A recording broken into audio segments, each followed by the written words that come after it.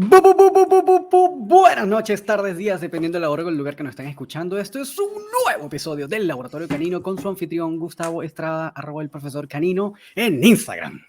Y bienvenidos todos. Como siempre me acompaña mi amigo y colega Román Urrutia. Lo ubican en Instagram como @rom.dogtrainer. Buenas tardes, Román, ¿cómo estás? Hello, todo bien por aquí, súper emocionado por el invitado que tenemos el día de hoy. Esto fue un esfuerzo mancomunado de 2 meses de logística para poder lograr este episodio, así que muy emocionado, la verdad, porque hay un montón de preguntas que quiero hacer, un montón de dudas que quiero aclarar y escudriñar el cerebro de este personaje que es fantástico. Así que nada más y nada menos, obviamente si ustedes están entrando ya lo vieron en el título, pero tenemos a una de las leyendas de la etología y la educación canina en España. Así que el honorazo de poder tener con nosotros a David Nieto Maceín. Hola, David, ¿qué tal? Bienvenido, David, muchísimas gracias. ¿Cuánto público? Así es. Muchísimas gracias por tomarte el tiempo de estar con nosotros en este podcast, de verdad. Sí, ahora que entendemos que eres una persona muy ocupada y que tienes varias responsabilidades y de verdad para nosotros es un honor tenerte aquí también porque hemos sido seguidores de tu trabajo y hemos leído cosas y estudiado, y para nosotros es tener a alguien, a casi un mentor aquí frente a nosotros el día de hoy. Así que de entrada, muchísimas gracias y bienvenido, David. Así es. Gracias a vosotros. Vale, bueno, querido David, aquí siempre arranca Gustavo con la pregunta inicial, que además es lo que le hacemos al principio a todos nuestros invitados, porque además nos interesa saber de ellos. Y se la dejo entonces para que podamos Sí, empezar. aquí a las personas por lo general que invitamos nos interesa mucho conocer brevemente, no tiene que ser tan detallado porque entiendo que también hay una historia que es importante, pero ¿cómo fueron tus trayectos? ¿Cómo te formas en el área en la que estás y cómo llegas a donde estás el día de hoy? ¿Cómo es esa historia del David que empezó interesado en estos temas? ¿Cómo va eso? Bueno, eso es muy largo de contar, pero vamos, sí, porque es toda mi vida. Claro, yo no soy de esos que empieza como adulto, que tiene un perro y no sé qué, no sé cuál. Y yo me interesé por la fauna y por los perros desde siempre, desde muy pequeñito. Siempre tuve perro y siempre estuve metido en el mundo del perro, trabajando con perros, adiestrando perros, evidentemente como hobby cuando era niño, cuando era muy niño, ya hacía adiestramiento. Entonces, he estado toda mi vida. Luego me formé ya de adulto y con la fauna, con los animales salvajes igual, pues paralelamente a la vez. Entonces, después, en el campo de la etología estuve siempre metido. Y Luego, en ese caso de la etología, ¿arrancaste como directamente como en carrera de etología? ¿Cómo fue ese proceso? ¿O fue como una especialización de otra cosa? bueno, en la etología yo siempre estuve metido, ¿no? O sea, desde pequeño, desde niño, yo estudiaba todo, estudiaba todo lo que escribía Conrad Lorenz. O sea, yo estaba muy metido. Tuve siempre animales, entonces siempre era un fan de Félix Rodríguez de la Fuente y Claro, que es un personaje importante ya, claro. claro, entonces yo quería ser biólogo, quería ser científico, entonces intentaba imitar eso desde niño. Y entonces hacía mis estudios propios. Tengo montones de libretas guardadas de estudios que hacía para mí mismo, ¿no? Sí, de conducta animal. Entonces luego ya de adulto, cuando pude meterme profesionalmente en este mundo, pues una cosa me fue llevando a otra y a otra y a otra. Y bueno, luego, claro, ya te vas formando, vas estudiando, entras en la universidad para formarte en otras cosas. Pero, yo qué sé, ha sido un proceso tan de toda la vida que, pues no sé, daría para escribir un libro que nadie querría leer. Nada más. Claro, seguro.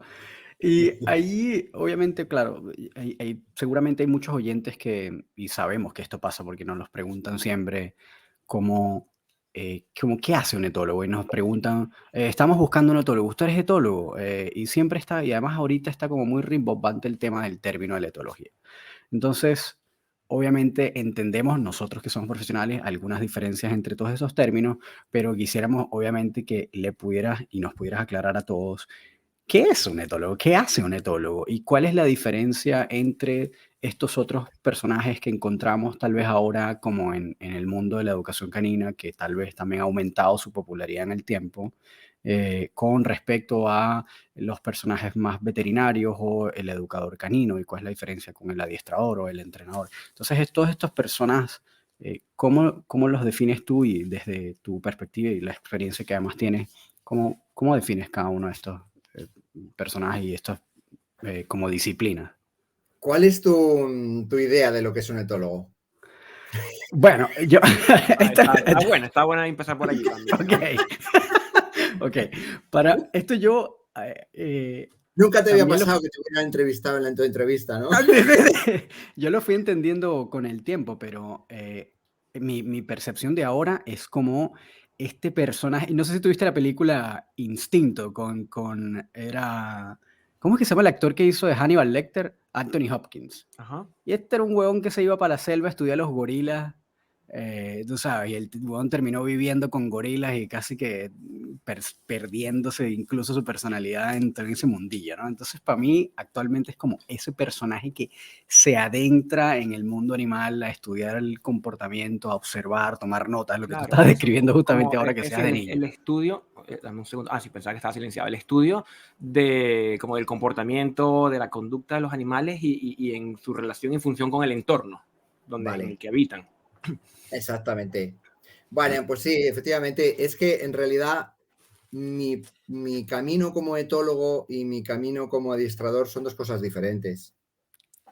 Ok, a ver, cuéntanos eso. Claro, es que no tiene nada que ver uno con otro. A mí muchas veces me llaman gente que tiene un perro, pues en realidad buscando un adiestrador. Pero ha pasado por varias manos, ya no sabe nadie qué hacer, le dice a alguien, tienes que llamar a un etólogo y me busca. Y me encuentra y me llama. Y yo le respondo como adiestrador. Claro, me dicen, es que me han dicho, es que mi trabajo como etólogo no tiene absolutamente nada que ver con mi trabajo como adiestrador de perros. Entonces, no...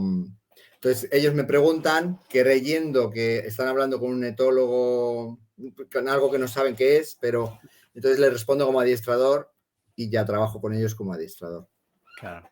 Que es en realidad lo que están buscando, pero no lo saben, aunque les hayan dicho que buscaban un etólogo. Un etólogo es ese que estudia la conducta animal en su medio natural, la conducta de la fauna salvaje. Claro. A ser posible sin interferir en la conducta, o sea, sin variar cualquier, o sea, sin afectar a las variables que puedan suceder en el entorno del animal.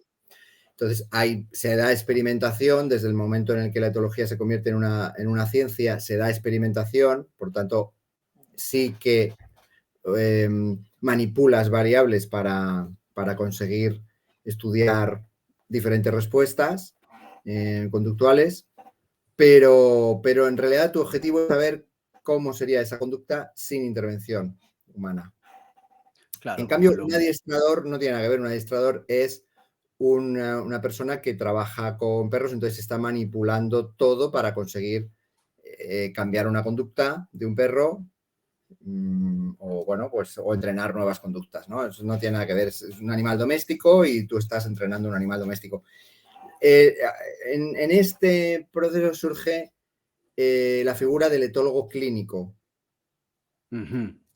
Y aquí es donde está a lo mejor la confusión. Yo creo que nunca se debía de haber llamado etólogo clínico, tenía que llamarse especialista en medicina del comportamiento. ¿Sí? Porque el etólogo clínico lo que hace es tratar de solventar o de manejar problemas de conducta o lo que consideramos problemas de conducta en animales domésticos. Entonces, no tiene nada que ver porque precisamente la etología no es intervencionista y el etólogo clínico está haciendo intervención en conducta. Entonces, no es etología, no es una ciencia de investigación, de observación. La etología, como ciencia, nace como una ciencia de observación. De hecho, al principio no eran científicos, eran naturalistas, que como he sido yo toda la vida, he sido un naturalista. Claro. Que observa la fauna e interpreta lo que ve, lo analiza e intenta aprender de la fauna en su medio natural. Eso era yo, ¿no? Pues claro. La etología nace así. Luego se convierte en una ciencia, porque hay un momento en el que, bueno, pues empieza a evolucionar y para entender más cosas se convierte en una ciencia, ¿no? Porque hay que investigar, para entender más cosas, pues hay que investigar más allá. Bueno, pues al final pasó eso. Pero su fin es la no intervención. En cambio, el etólogo clínico es un veterinario, ¿no? Es un veterinario que interviene sobre conductas para transformarlas en otra cosa porque son problemáticas.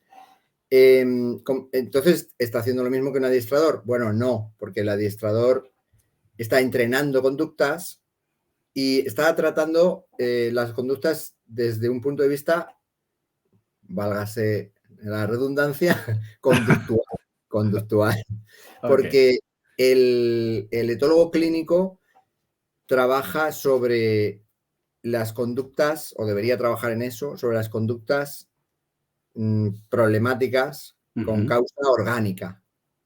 O sea, un veterinario, o sea, yo, por ejemplo, como adiestrador, de repente tengo un perro que tiene un problema de conducta, si es de origen conductual, por ejemplo, aprendido o pues una conducta derivada de una motivación innata, pero que esa problemática o lo que sea, eso lo trabajo yo, porque lo trabajo conductualmente, con una terapia conductual.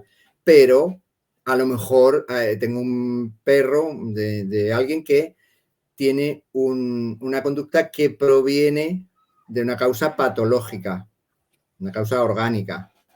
Entonces, ahí ya se requiere un manejo veterinario, ¿no? Incluso un manejo veterinario un poco especial, porque a lo mejor requiere de una medicación diferente que un veterinario convencional, pues no está acostumbrado a eso. Entonces, ahí entra el especialista veterinario en medicina del comportamiento. Mal llamado, para mi modo de ver, etólogo clínico. Porque, yo estoy de acuerdo con eso, sí. Claro, porque no es etología, es otra cosa, es medicina del comportamiento. Entonces, al decir etólogo clínico, aquí nos estamos liando. Y luego sí, claro, luego el término se ha utilizado mucho un poco a la ligera también. Ahora, porque al principio, sí, el etólogo pues era un especialista en conducta, pero ahora pues yo qué sé, ahora de repente hay gente que, bueno, ya sabéis lo que es esto de la formación en este campo. Claro, sí. Hay una formación así que se da a lo loco. De manera muy rigurosa, ¿no? Sin rigor. Sí. Claro. En la profesión de adiestradores caninos se da se da la formación sin rigor. Entonces, sí, al final, pues surgen un montón de historias y hay quienes dicen ser o bueno, realmente creen que son etólogos porque les han dicho que han hecho una formación de etología y son etólogos de pronto. Pero claro, entonces no son ni etólogos clínicos ni el otro etólogo. No se sabe muy bien. Bueno, total, que es un poco lío el asunto. Pero el etólogo, en realidad, el etólogo no debería tener nada que ver con perros. Yo tengo amigos que son etólogos. Mira, por ejemplo, tengo un muy buen amigo que es especialista en cetáceos. Nosotros nos conocimos con los cetáceos, trabajando con temas de delfines y orcas concretamente. Y él es especialista en orcas y él no sabe de perros, ni tiene por qué saber. Y luego he conocido otros que son especialistas en conductas de caracoles. Wow, imagínate, caracoles. Claro, pero es un etólogo. Él está estudiando la conducta de una especie. Claro. O de osos, o en osos, especialistas en osos, pero de perros no tienen, porque si tienen una cosa con su perro, pues si tienen perro y tal, pues tendrían que llamar a un adiestrador, por ejemplo, a mí o a cualquier otro, ¿no? pero como etólogos no tienen por qué saber de perros. Y ahí también creo que hay una duda como popular también, y creo que como que se prolifera mucho incluso dentro del rubro y que al final uno no, creo que termina también confundiendo y de repente sería bueno una aclaración de parte tuya. Es que como justamente la definición de un etólogo es alguien que estudie ese animal en su medio natural sin intervenir. Cuando estamos hablando de perros, entonces dicen, pero ¿a dónde pertenece el perro? El perro no está libre como en una sabana, ni es como que es difícil estudiar la conducta animal del perro porque está como directamente inserto en el medio humano, por decirlo de alguna manera, y entonces se toma ese medio como su medio natural y por lo tanto el estudio de la conducta del perro inserto entonces en ese medio humano es el estudio natural y por lo tanto cabe como dentro de ese paraguas de la etología. En ese caso, ¿cómo se define entonces ese estudio conductual del perro entendiendo esa característica? ¿Eso efectivamente es así o tú tienes otra perspectiva? A ver, es que el perro es un animal doméstico, entonces... bueno, a ver, es un animal, entonces si puede entrar dentro del interés de un etólogo, pero el perro es un animal particular porque el perro está creado por el ser humano, no ha existido en la naturaleza nunca, jamás, entonces su medio natural no existe en realidad, no está adaptado a ningún medio, es un animal totalmente artificial, está creado, claro, está creado por el ser humano a través de mutaciones y de selección. No ha existido en la naturaleza. Entonces, sí, nosotros podemos estudiar la etología del perro, pero, por ejemplo, hacer un etograma del perro, un etograma sería como el catálogo de conductas de una especie. Okay. El etograma de un perro sería imposible, porque como a través de las mutaciones y de la selección hemos conseguido tener con nosotros el vertebrado que más mutaciones ha acumulado a lo largo de toda su evolución, el perro. Okay. Claro, pues la variación, igual que en morfología, en conducta, es tan enorme que no podríamos hacer un estudio, un etograma. No podríamos hacer un etograma porque, claro, sería una locura. Cada conducta del perro tiene infinitas variaciones, quiero decir, infinitas variaciones en las 500 razas que pueda haber, ¿no? O más. Claro. Entonces, ahí está la cosa, que para poder entender al perro tenemos que entender a su contraparte salvaje, que es el lobo. Porque el perro es una subespecie doméstica del lobo. Entonces, nosotros para poder entender al perro tenemos que partir de entender al lobo. Y a partir de ahí, sí, las diferencias que podemos ver en conductas en unas u otras razas de perros,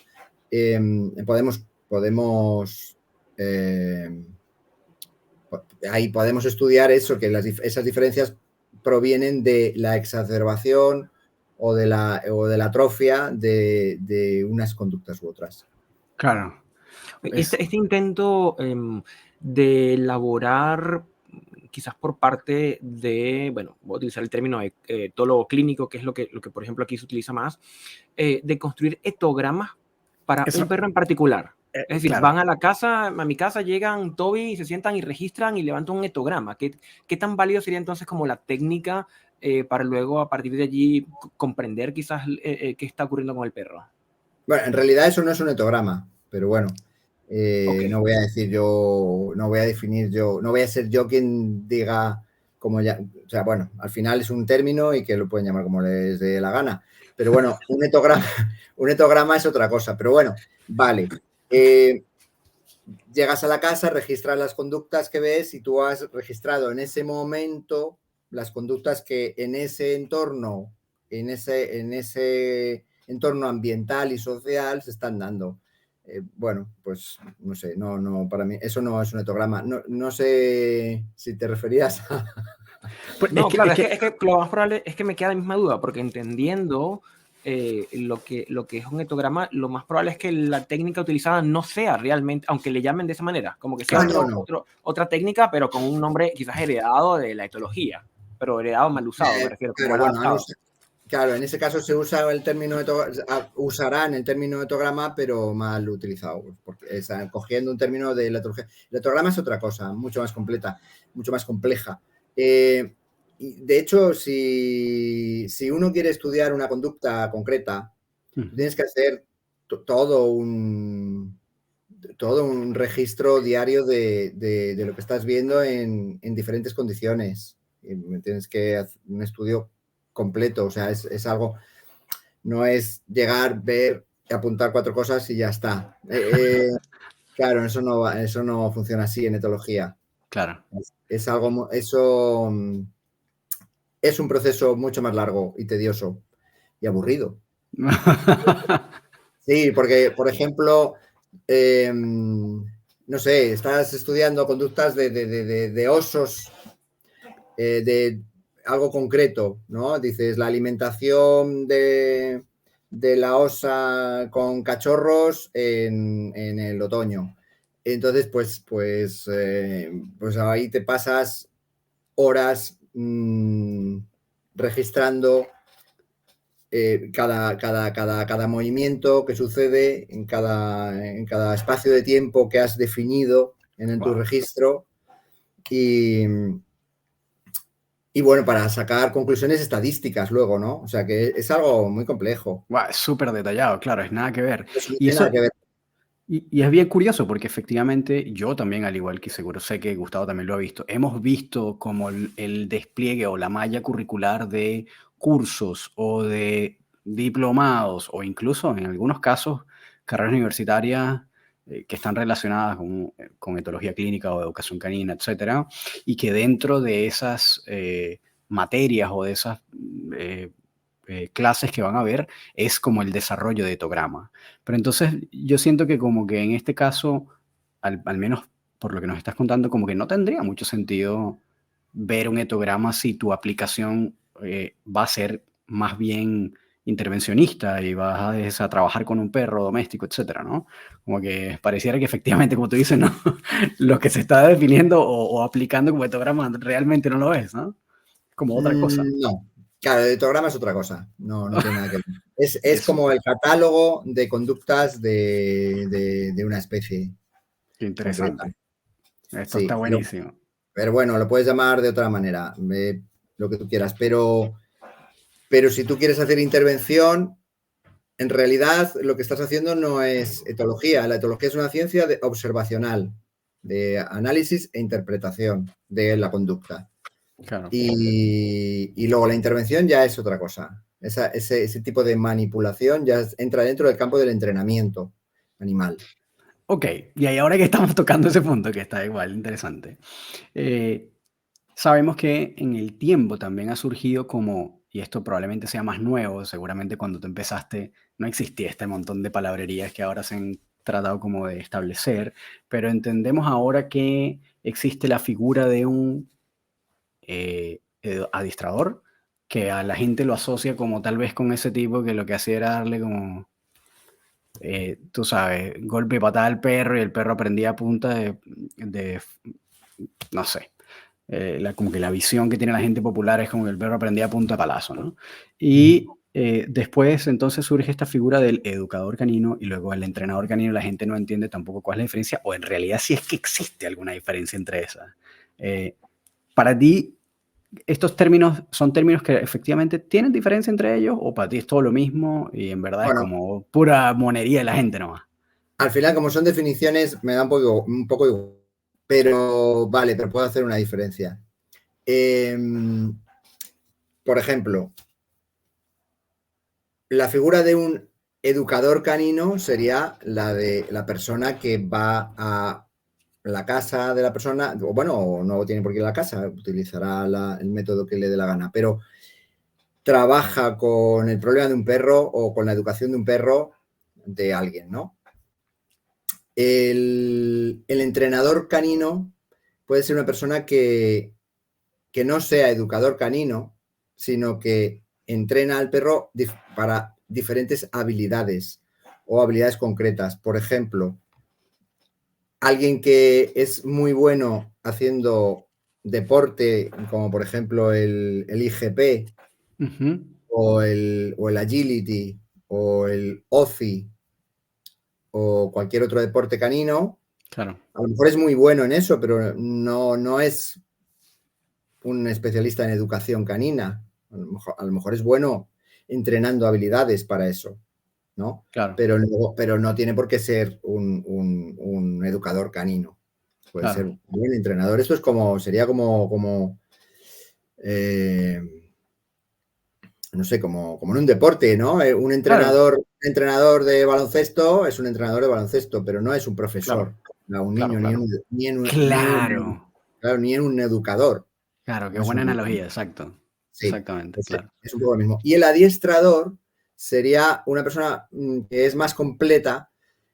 O sea, bueno, esto buscando una definición.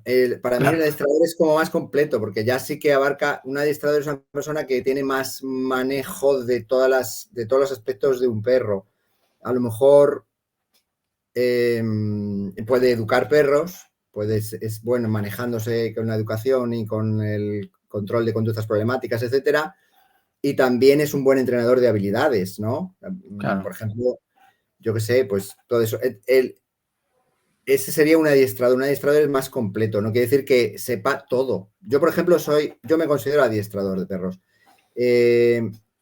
Entreno perros de asistencia, ahí hago de entrenador, porque entreno habilidades para claro. perros de asistencia.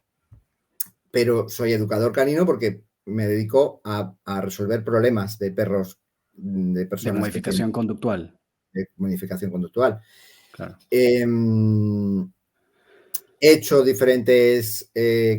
trabajado en diferentes campos de los perros, pues perros de protección, he hecho muchos años perros de protección, he hecho perros de pastor, he hecho los perros de asistencia y luego he trabajado un poquito con diferentes deportes, pero no soy un especialista, por ejemplo, y más ahora que ha crecido tanto esto, ¿no? Por ejemplo, el IGP, bueno, pues yo hice Suchun, Hippo en su día, claro. pero eso ha evolucionado tanto que ahora si tuviera que participar en eso, pues tendría que ponerme al día.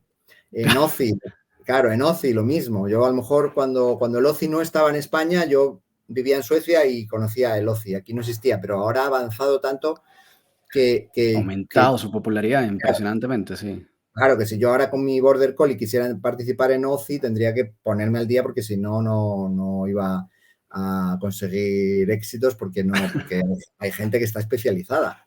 Claro, claro. Entonces, y en Agility, pues igual, pues fíjate, desde que cuando yo conocí lo que era la Agility, que yo tenía pues una pista de Agility, hacía 4 cosas, ahora que ya es un mundo, ¿no? Es un mundo. Entonces,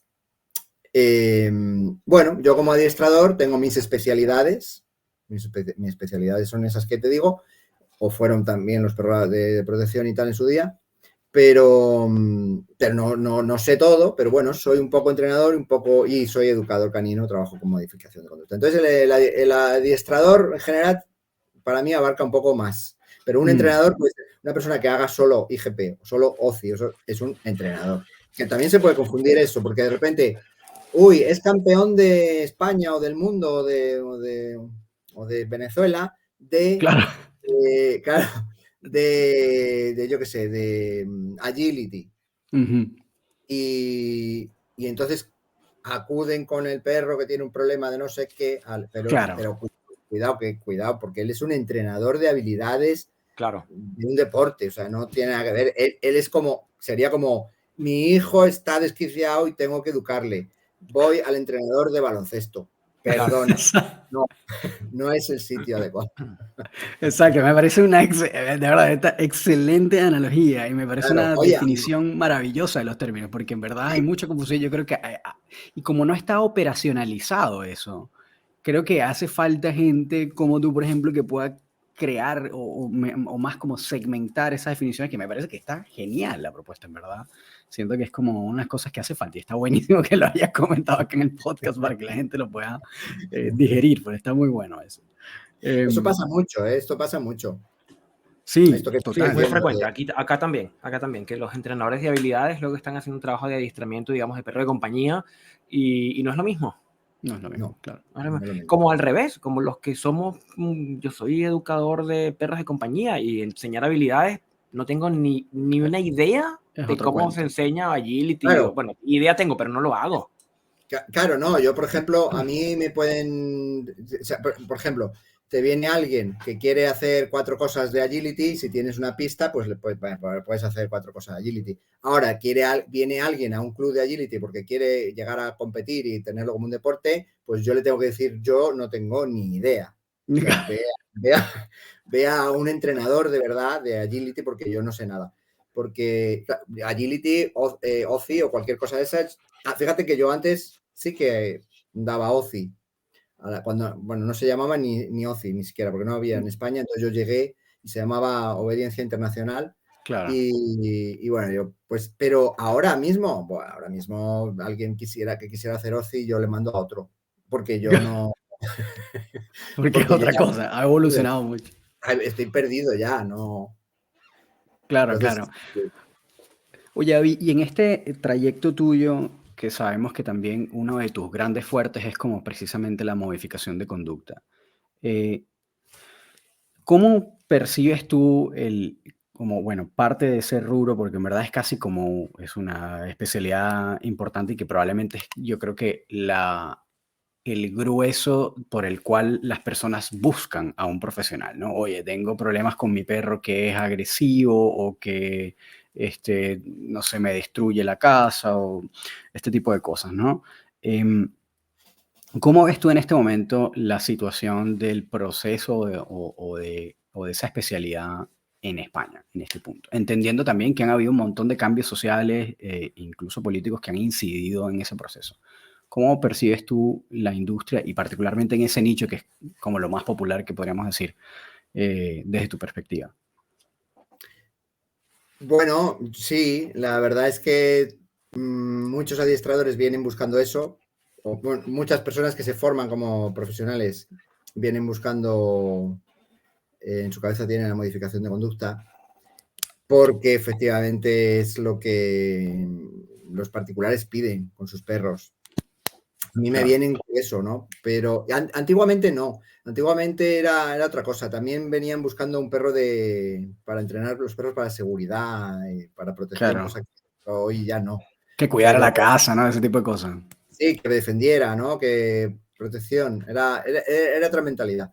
Entonces, antiguamente entrenábamos perros de protección en los parques y eso ahora mismo, pues aparte de prohibido, pues no sé, es como absurdo, ¿no? Entonces, no sé, yo ahora me veo haciendo esas cosas en vídeos, digo, madre mía, qué cosas hacíamos. Es absurdo. Qué gracioso. ¿Por qué? ¿Por qué sientes que es absurdo? Ahora me dio curiosidad entender. Claro, porque enseñábamos a los perros a morder personas y a destruir en los parques, delante de todo el mundo. O en una farmacia, venga, para que cuando te entren a atracar el perro salte por el mostrador y al cuello. Entonces, y salías corriendo con el traje puesto por toda la calle, ¿no? Entonces eran cosas. Claro, ahora mismo yo tengo vídeos haciendo estas cosas en un parque público y es como, madre mía. Ahora Sí, es que está prohibido, o sea, es que no. Y ahora, claro, lo que estoy haciendo ahora es lo contrario. Antes le enseñaba a los perros a morder, ahora que no muerdan. claro. Y Totalmente. también está muy bien como asignatura para una persona que hace modificación de conducta. Yo, por ejemplo, creo que una persona que trabaja con la agresión en perros, solucionando problemas derivados de la agresión, tendría que haber pasado por ser figurante, como he sido yo, por ejemplo, o cualquiera de mis compañeros, Okay. y que haya trabajado con perros de seguridad, porque ahí has estado trabajando con la agresión de cara a cara. Has estado fomentando la agresión. Ahora tienes que hacer lo contrario, pero ya sabes aquello que no debías hacer porque detenías la agresión ahora resulta que es precisamente lo que tienes que hacer, ¿sabes? Entonces, creo que es una asignatura Está importante. bueno. No, fíjate, nunca había escuchado una perspectiva como esa, pero está, y además hace todo el sentido del mundo, ¿no? Está súper interesante que una persona que de repente quiere especializarse en agresión tenga al menos una base de cómo se construye, ¿no? Esa agresión. Claro, Está claro. buenísima esa idea, en verdad está muy buena, claro, tiene todo el sentido del mundo. Y en Sí, ese sí, porque sentido, hoy en día no se hace mucho, muchos entran sin haber tenido contacto con la agresión. Entonces entran directamente a hacer cosas. Y claro, yo lo noto, ¿no? Porque yo soy formador en la Escuela de Formación Profesional Canina, en la FPC. Soy formador de adiestradores y técnicos en modificación de conducta. Entonces, sí lo veo. Veo que les falta esa asignatura, el haber trabajado con la agresión o para sea que, construirlo. claro, y en ese caso, ¿incluirías como eso como asignatura precisamente? Es decir, como aunque sea ver algo de bases de figurancia o de perros de defensa para un técnico en Mm, modificación de conducta. sí, bueno, yo lo haría, pero ya desde un punto de vista personal, yo creo que un adiestrador tiene que llegar a la modificación de conducta como a una especialidad. Primero tiene que Claro, ser adiestrador. Eh, pero adiestrador son muchas cosas, no es 4 habilidades. claro. Adiestrador son muchas cosas. Entonces, cuando se ha construido como adiestrador, esa persona ya puede hacer especialidades, como por ejemplo la modificación de conducta. Entonces, si en la construcción de su carrera como adiestrador se ha formado también haciendo figurancia y todo eso, cuanto más lo haya hecho, mejor conocimiento tiene de lo que es la agresión, claro. Entonces, cuando tiene que trabajar con perros que agreden en las casas, porque realmente, hombre, yo también tengo esa experiencia con mis clientes porque a lo mejor acuden a mí por eso, precisamente, pero yo creo que sí que a mí la mayoría vienen por la agresión. Por Agresión agresión, a perros. ¿cierto? Sí, agresión a perros, a coches, a personas, a la vecina o al propio dueño. Entonces, Ujú. claro, yo conozco bien lo que estoy trabajando, ¿no? Porque he trabajado siempre con la agresión. Entonces, yo creo que es una asignatura interesante que deberían de preocuparse cuando se forman como administradores, de preocuparse en formarse en eso, aunque solo Sí, sea creo. para conocerlo bien. Claro, yo creo que es un tema importantísimo porque lo que se ve más recientemente, no sé si en España será igual, pero aquí en Latinoamérica la gente egresa de un curso corto de 2 meses y salen experto en modificación de conducta, así Sí, sí. con el título, y salen a trabajar temas de agresión, pero oye, pero tú has visto un perro, no sé, de Mondio Ring hacer una mordida, no, ¿qué es eso? Como, me parece que en ocasiones se ataca o se intenta trabajar con el fenómeno sin conocerlo, y es lo que produce tantas malas prácticas de las que vemos hoy día. Sí, claro. De hecho, yo la modificación de conducta lo vería como una especialización de alguien que ya es adiestrador, ya no solo tiene una formación en condiciones, sino que además tiene una trayectoria y ya con esa trayectoria empieza bueno, es que yo lo veo, a lo mejor tengo una mentalidad de antes, pero antes funcionaba de otra manera, claro, no se hacía, no había un negocio detrás de la formación, entonces la formación era mucho más lenta, pero era mejor, porque claro, te formas como hay que formarse, no a la deprisa corriendo en 2 meses, toma, ahí tienes tu diploma, ya eres Claro. lo que yo te diga, toma, eres esto, y se quedan así, soy eso, sí, eres. Entonces se ponen a trabajar en algo que ni siquiera manejan. Y yo creo que debería ser de otra forma todo esto, sí. Yo concuerdo muchísimo con eso de que eso de que la formación debería ser como un proceso más largo y más Claro, lento, pero súper. Y ahí yo creo que también una de las cosas difíciles es que tal vez la gente no sabe como dónde buscar, como dónde encuentro eso, ¿no? Porque de repente una de las cosas que ha pasado y yo formo parte como de esa generación que, bueno, mucha de la información y de los aprendizajes se han hecho mediante Internet, cursos online, etcétera, pero no es lo mismo y que al final sabes que necesitas tener manos en la masa en algún punto con un mentor o con alguien que te asista y que te guíe en el camino, ¿no? Entonces, como que es difícil como saber dónde buscar. Y en ese caso, eh, ¿qué recomendación puedes hacer tú como personas que estén como en ese proceso y que quieran buscar ayuda o de formación, complementar su formación? ¿Cómo podrían hacer para complementar? Para complementar su formación. Hombre, yo pienso que una vez que se han formado en donde consideren que sea mejor, que ahí ya no puedo, mejor yo no digo nada, porque, claro, porque eso es. Hay sesgo, está bien, pero está bien, no importa. Claro, voy a decir, mira, fórmate ahí o allí.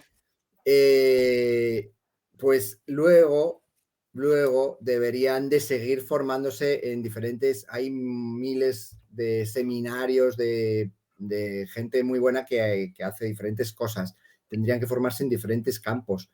Y si quieren especializarse en uno, ir a ese campo y ver a uno, a otro, ir conociendo, ir formándose. Yo me estuve formando años y años y me sigo formando, porque yo ahora, claro, en cuanto un compañero da algo nuevo, ¿qué tal? Allí voy yo también como alumno también y Claro aprendo, que, o simplemente porque, bueno, a lo mejor ahora tengo más acceso como amigo mismo, pero claro, estoy aprendiendo, estoy allí como si fuera un alumno en realidad.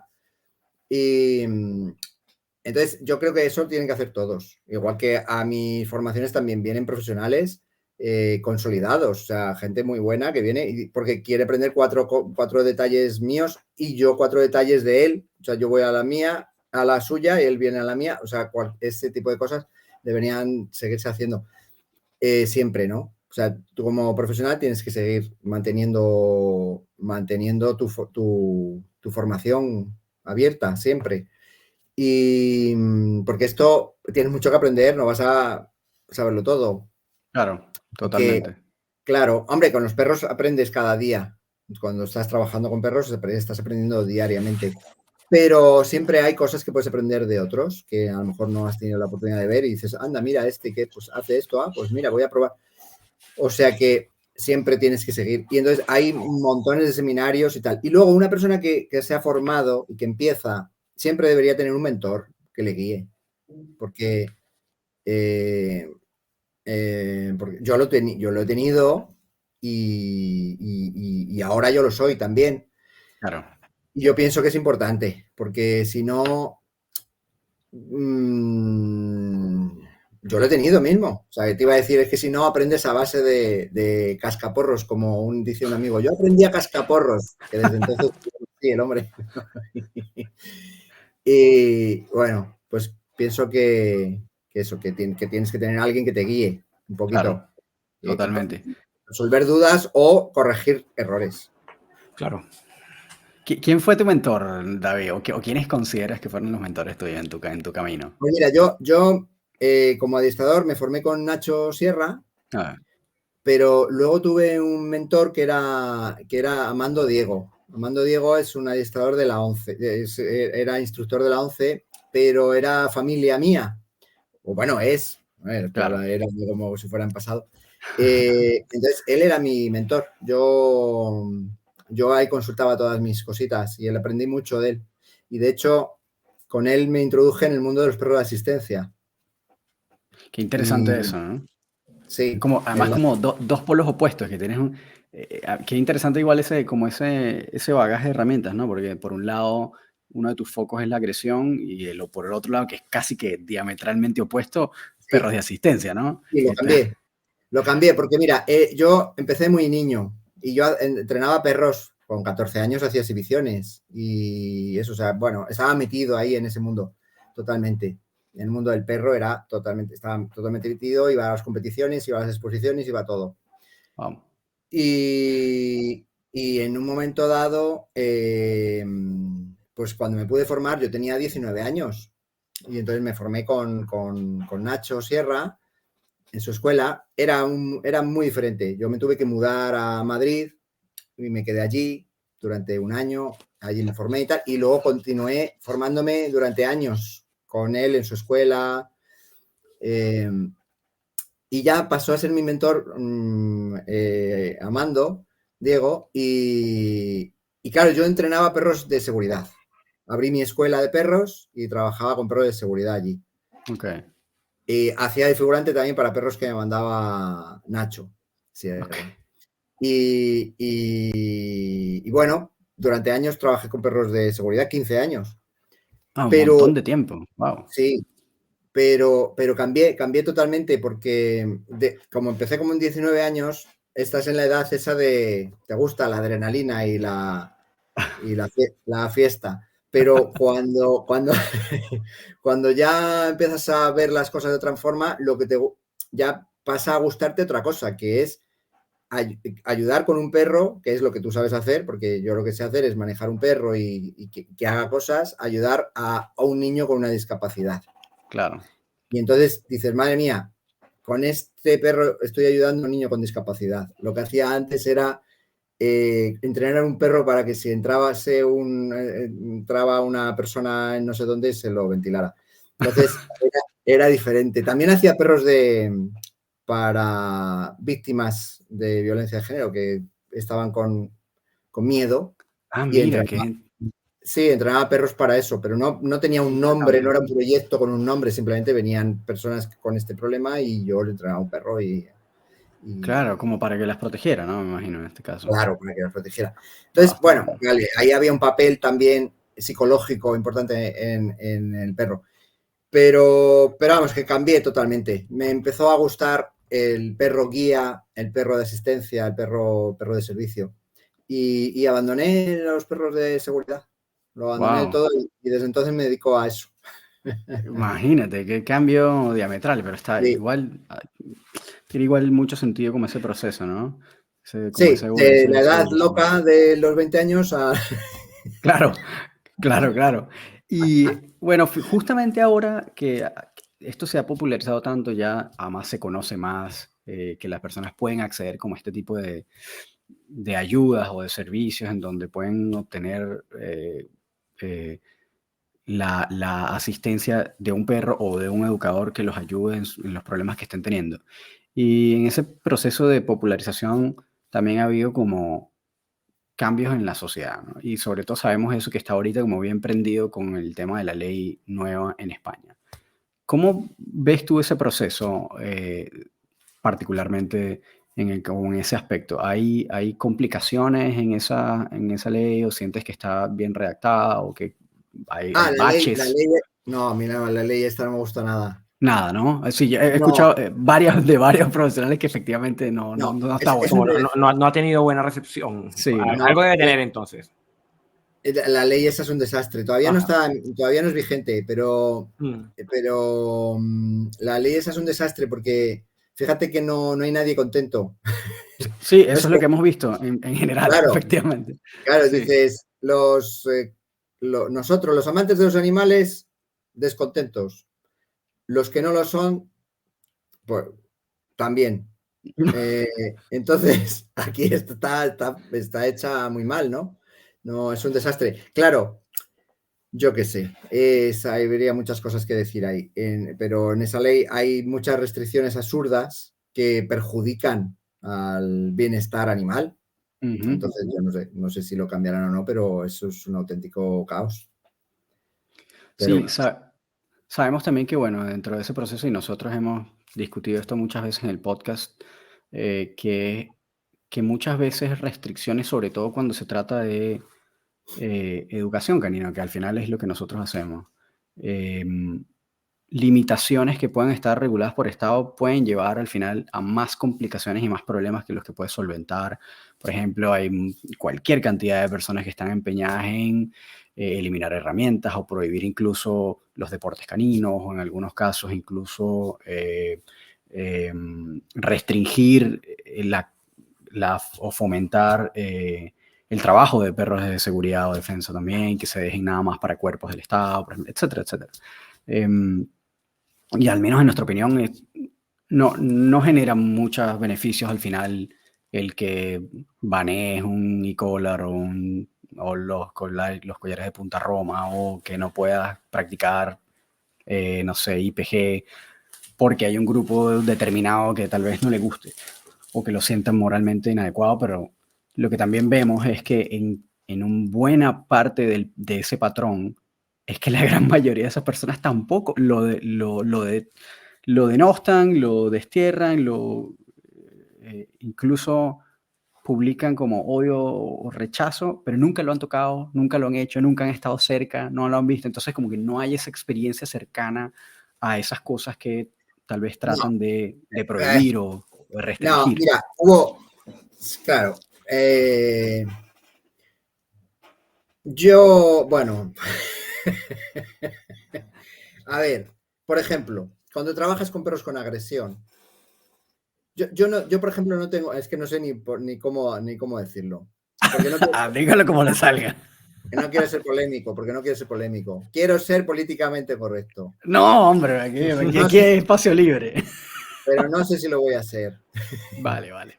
Entonces, no, la cosa es que yo, por ejemplo, no tengo, a veces me han preguntado, ¿y qué método tienes? Ninguno. Yo soy, como decía Bruce Lee. Qué buena respuesta. Método sin método. Qué buena respuesta. Claro, así debería ser. Claro, yo no tengo ningún método. Yo tengo que adaptar mi método al perro y a su dueño, que su dueño es una persona que puede ser una, puede ser otra. Entonces, dependiendo de ese dueño, así será como yo tenga que trabajar con ese perro. Porque a lo mejor ese perro yo lo trabajaría, si fuera mío, lo trabajaría de una forma totalmente distinta. Pero es que no es mío. Es igual que cuando hago un perro de asistencia, igual. Yo puedo decir, no, yo trabajaría este perro así. Pero pero es que tengo una persona que no puede girar su cabeza porque tiene un problema de cervicales. Entonces no puede girar su cabeza, entonces yo no puedo trabajar ese perro así. Tengo que trabajarlo para esa persona, no para mí. Entonces, esto igual. Esto o no tiene manos. Entonces, sí, yo trabajaría así, el perro sí, sería más fácil. Sí, pero es que su dueño no tiene manos. Entonces, yo no puedo trabajar ese perro así. Entonces, esto igual. Yo estoy trabajando con un perro que tiene el problema que sea y tiene un dueño que puede ser uno u otro. Entonces, dependiendo de su dueño y de ese perro, yo tengo que hacerlos encajar. Para hacerlos encajar, yo tengo que adaptar mi método. No puede ser que adapte ese perro y ese dueño a mi método. No. Mi método tiene que ser, yo tengo que ser plástico como para adaptarme a eso. Si no, no soy un buen adiestrador, soy un chapucero, porque estoy adaptando el perro a mí. No. O sea, entonces, si puedo ser, si puedo no, si debo ser positivo, por ejemplo, soy positivo totalmente, pero a lo mejor requiere que el caso, para ese caso requiere que el uso de aversivos, pues utilizo aversivos. Claro. Que resulta que necesito un collar eléctrico. Un collar eléctrico. Es que es lo mejor. Bueno, pues entonces lo uso. No, es que sería lo peor, pues lo digo. No, con este perro no se te ocurra utilizar collar eléctrico. Vas a utilizar solo adiestramiento en positivo. Pues adiestramiento positivo. Pero no porque pueda o deje de poder o porque me guste o me deje de gustar, sino porque sea lo mejor para ese caso. Entonces, claro, adaptado a caso siempre. Claro, lo mejor para ese caso se refiere a que solucione el problema del perro o del dueño. Y digo del dueño porque a veces es el dueño el que tiene el problema y no el perro, porque el perro dice, yo no tengo ningún problema, sí, pero el que lo tiene es tu dueño. Vale, claro, a veces pasa eso, pero a veces el problema lo tiene el perro, porque está sufriendo. Entonces, el no utilizar un aversivo en un momento dado puede, y pensar que uno es estrictamente positivo, puede estar causando al perro más daño, más trauma, más psicológicamente el perro está siendo maltratado. Y porque tú crees que no, porque estás trabajando de forma que crees que tú no utilizas aversivos, porque tu filosofía no te lo permite, pero con eso no estás portándote bien con ese perro, porque ese perro requiere que soluciones esta conducta que tiene, le está haciendo daño. Soluciónalo y déjate de rollos, ¿sabes? Yo digo que lo mejor para el caso, me refiero para el perro y para el dueño. Y para el perro siempre tiene que no estar emocionalmente implicado. O sea, de mi trabajo el perro tiene que ser bien. Claro. Tanto si utilizo aversivos como si no los utilizo y utilizo solo reforzadores positivos. Siempre el perro tiene que estar emocionalmente bien, contento. Ese es el buen trabajo. Pero si solo estoy utilizando reforzadores positivos y el caso necesita un reforzador negativo, eso es porque entonces estoy trabajando mal. Como no quiero utilizar reforzadores aversivos para no afectar a mi filosofía, pues entonces el perro sigue con su problema y, por tanto, estás fastidiándole. ¿Me entiendes lo que quiero decir? Entonces, totalmente.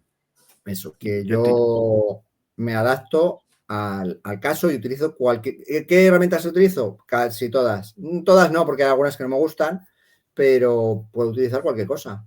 Claro. Con los perros de asistencia trabajo en positivo con un clicker, pero luego, por ejemplo, tienen obligaciones también y límites. El perro de asistencia también tiene límites y también obligaciones. Y luego hay una cosa, por ejemplo, en un perro de asistencia hay una cosa que a mí hay una cosa que no me gusta, que es trabajar con comida. Yo trabajo con comida, pero mi objetivo es no trabajar con comida. Claro. Trabajo con comida al comienzo y tal, pero mi objetivo es... Entonces, puedo utilizar la comida al principio, pero luego ya no. Entonces, en un perro de asistencia, por ejemplo, intento que no sea así, porque yo quiero que el perro trabaje por el vínculo con su propietario, que para eso trabajamos con un perro, porque si no puedo entrenar, yo siempre digo que si no puedo entrenar como animal de asistencia, un cerdo. Total, es lo mismo. Claro, para hacer 4 habilidades, pero es que es mucho más allá de las habilidades. Un perro tiene un vínculo con su dueño, entonces tiene que hacerlo porque ama a su dueño, porque le gusta ver a su dueño contento, porque cuando el perro le hace algo al dueño, el dueño se pone contento y esto refuerza a su perro emocionalmente. Entonces, yo tengo que aprovechar eso. Claro, porque eso trabajo está... siempre pendiente de esa parte del vínculo con el dueño, tanto si es un perro de asistencia como si no. Está buenísimo. Está buenísimo. La verdad es que hay un montón de pepas de oro aquí en esta conversación, pero bueno, igual, David, sabemos que es tarde ya, sabemos que... No estoy a gusto, o sea, que no te preocupes. Okay. No sé, seguimos un poquitito más. Bueno, genial. Sí, sigue un poco si quieres. No hay sé. que aprovechar. Esto fue un manso esfuerzo aquí. Y en ese sentido...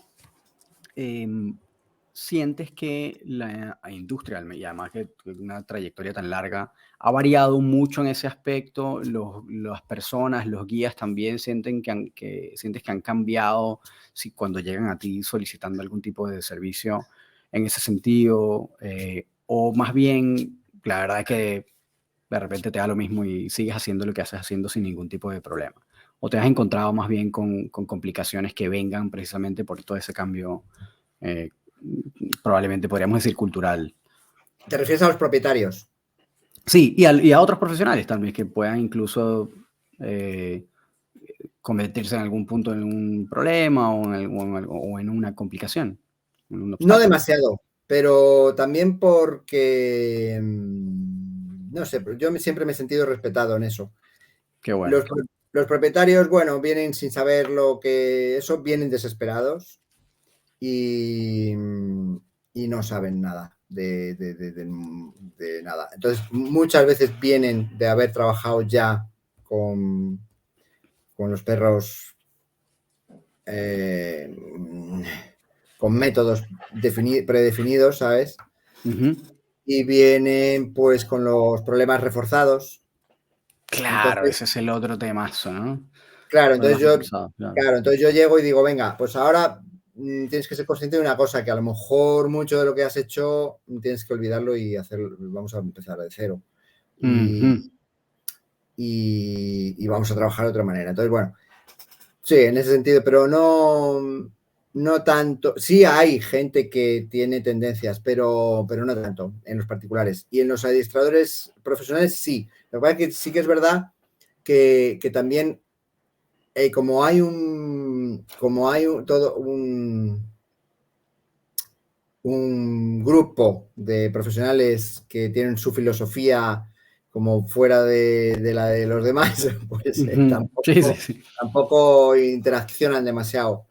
Claro. Entonces, no tengo muchos problemas. Alguna vez he tenido discusiones en redes sociales. Sí. Bueno, que es como el espacio en donde se genera Sí, más complicaciones, ¿no? sí, Sabemos que sí, sí, eso. sí, porque ahí en cuanto opinas o dejas de opinar ya es como la guerra, ¿no? Pero vamos, que ya menos, creo. Claro. Y en este momento, David, ¿tú sigues formando otros profesionales? Es decir, ¿sigues dando cursos, seminarios, este tipo de cosas? Como ¿hay Sí, acceso de personas que tal vez quieran como entrar a recibir algún tipo de formación contigo? sí, ¿Cómo, ok, sí, yo cómo, hago, claro, hago formación aquí en España en escuelas de formación profesional. Principalmente, actualmente estoy principalmente en la FPC, en la Escuela de Formación Profesional Canina. Ujú, Luego doy cursos o seminarios de formación, allí donde me llaman, pues también en escuelas de formación, ok, por toda España y por Sudamérica también. La última fue en Colombia, este año pasado. ok. Seminario, me imagino, ¿no? Sí, un seminario de agresión, precisamente, en O- Colombia, en Cali. Y, y bueno, también hago ahora, con la pandemia y tal, empecé a hacer clases, la parte teórica online, y eso he ok. seguido haciéndolo. O sea, de vez en cuando lo hago porque, bueno, está bien. Para la parte teórica, claro, no se puede quedar ahí, pero sí, yo sigo formando, sí, sí, sí, sí. Qué bueno. Si hay personas que quisieran como acceder a formación contigo, ¿hay algún tipo de regularidad en esos cursos o en esos seminarios o son eventos puntuales, obviamente apartando tu presencia constante en las escuelas de formación en España como la de PCC, etcétera? Sí, pues está lo que tú has dicho. Hay presencia constante en esas y luego son eventos puntuales. Ok. Sí, no, Y no, no es. no tienen como es cada tantos meses, es decir, no hay como una agenda, sino que hay que estar simplemente No, pendiente cuando los publiquen, ¿no? sí, exacto. Ok. Yo de repente digo, es que yo vivo muy libre. Sí, lo sé. Sí, sí, soy bastante, sí, soy un poco en eso. Y es que no, soy un alma libre y no puedo. Es que no puedo con programarme. O sea, no me Claro. puedo programar, no puedo tener un calendario anual porque me da un síncope. O sea, no puedo pensar que, tengo programado para. No. ¿Sabes? Yo Ok. tengo que estar libre de decir que si me tengo que ir mañana a Tanzania, me pueda ir, ¿sabes? Por Y ejemplo. entrando en ese tema, porque igual es interesante, sabemos que te la pasas haciendo excursiones en varios países. Expediciones, vale, sí. ¿Cómo funciona eso? A ver, entender esa parte del David Nieto, etólogo de verdad, ¿Ya? de observación. ¿Qué sucede ahí? ¿Cuáles son tus destinos preferidos? ¿Qué cosas son las que observas? ¿Cómo Hago funciona eso? expediciones. Bueno, es que esto es una larga historia, porque yo, paralelamente, cuando tenía mi escuela de perros, de hecho, o sea, yo trabajaba con eso, siempre he trabajado con eso, pero navegaba en un barco de Greenpeace. Sí, Ok. y ahí empezó un poco mi vida de aventuras, por ahí. Y cuando ese barco desaparece de mi vida, pues, pues me uno a Mario, que era bueno, que ya era un amigo que murió, él murió en Panamá. Ok. Pero Mario tenía un proyecto que se llamaba La Isla de los Delfines. Y eso es Ok. una larguísima historia que la tengo que resumir. Pero, Ok. claro, me uní a él en esto y empecé a ir con él de expediciones y hacíamos expediciones por muchas partes del mundo, pues siempre buscando delfines, ballenas, y eso. Entonces, de ahí me quedó cuando, bueno, organizamos una expedición en Panamá, luego él murió allí y finalmente, bueno, yo ahí paré cualquier tipo de viaje y lo reanudé después, unos años después lo reanudé y entonces empecé a ir a esos mismos sitios donde hacíamos, por ejemplo, eh, estudios de delfines rosados del Amazonas. Bueno, pues Wow. empezamos yendo a hacer eso, colaborando en estudios con delfines en Amazonas. Y dije, pues yo voy a volver a todos estos lugares, como hacíamos con Mario, pues voy a volver a hacer estas expediciones llevando gente. Entonces llevábamos estudiantes de biología que querían estudiar, que querían hacer una pasantía formativa. Claro. Entonces, pues yo un poco empecé haciendo eso. Mi idea partió además en Uruguay. Estaba en Uruguay y dije, tengo que hacer esto. Y ahí creé una cosa que llamé Exploradores del Planeta Azul. ¡Wow! ¿Y este proyecto sigue vigente? El mío. Lo que pasa es que Okay. sí, lo que pasa es que ya en vez de utilizar ese nombre, pues no lo utilizo casi nada, no sé por qué, pero sí, porque me empezaron a conocer con mi nombre propio y Okay. ya es como, bueno, poca gente sabe, pero creé ese rollo y empecé pues yendo a Uruguay, a determinados sitios. Y eso, y ahora mismo pues hago una expedición siempre al Amazonas, una expedición al Orinoco y organizo otras por ahí actualmente. Wow, qué interesante. Bueno, igual nosotros, por supuesto, estamos relacionados porque el Orinoco pasa por nuestro país natal. Claro, claro, es que claro, todo el Orinoco que hago es frontera Colombia-Venezuela. Claro, ahí estamos como en compartiendo ese río gigantesco ahí. Mira, eso que tengo atrás son los cerros de Mavecure, eso es una de las zonas donde voy, en territorio de los Puinave. Y esto está muy cerca, esto es Colombia, pero es selva orinoco-amazónica y está cerca de Venezuela. Sí, por supuesto. Y ahí hay un animal, es decir, alguna especie que tú estudies en esas expediciones, o es más como explorar la fauna y ver con qué te encuentras.